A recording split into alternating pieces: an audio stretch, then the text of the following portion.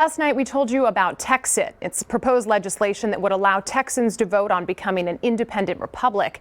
And today we heard back from the author of the bill, Representative Kyle Biedermann, who explained what's behind it and also about his experience at the Capitol on the day of the insurrection.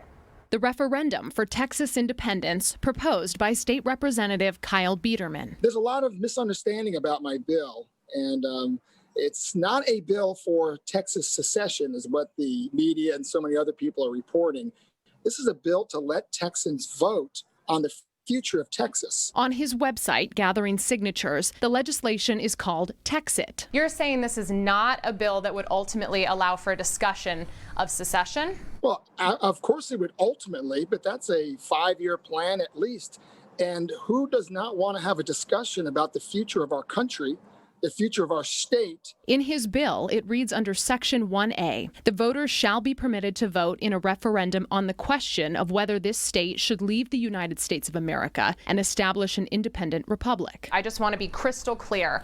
This is not a bill for secession. It's a bill to have a conversation about secession. Is that clear? That's close. You're right. Correct me. So I want to make sure we're completely accurate. This bill is not about leaving the union. This bill is about the Texas legislature starting a plan and discussions and dialogue about the future of Texas and about our economy and whether it's a possibility to even have this discussion. He says this bill is a starting point. Well, how would you reconcile a bill that begins a conversation about possibly seceding from the union and then be at a march in Washington about making America great again?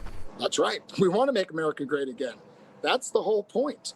And you only do that through peaceful protest, and you only do that by exercising your First Amendment rights, which include voting also and free speech. Representative Biedermann was in Washington, D.C. the day of the insurrection. We wanted to ask about his experience. I wanted to ask you specifically, whenever we interview you, essentially we're interviewing you on behalf of your constituents, especially given that we're based here in San Antonio. We're asking questions for people who put you into office. And it's my understanding that you were at the Capitol on January 6th, which is the date of the insurrection.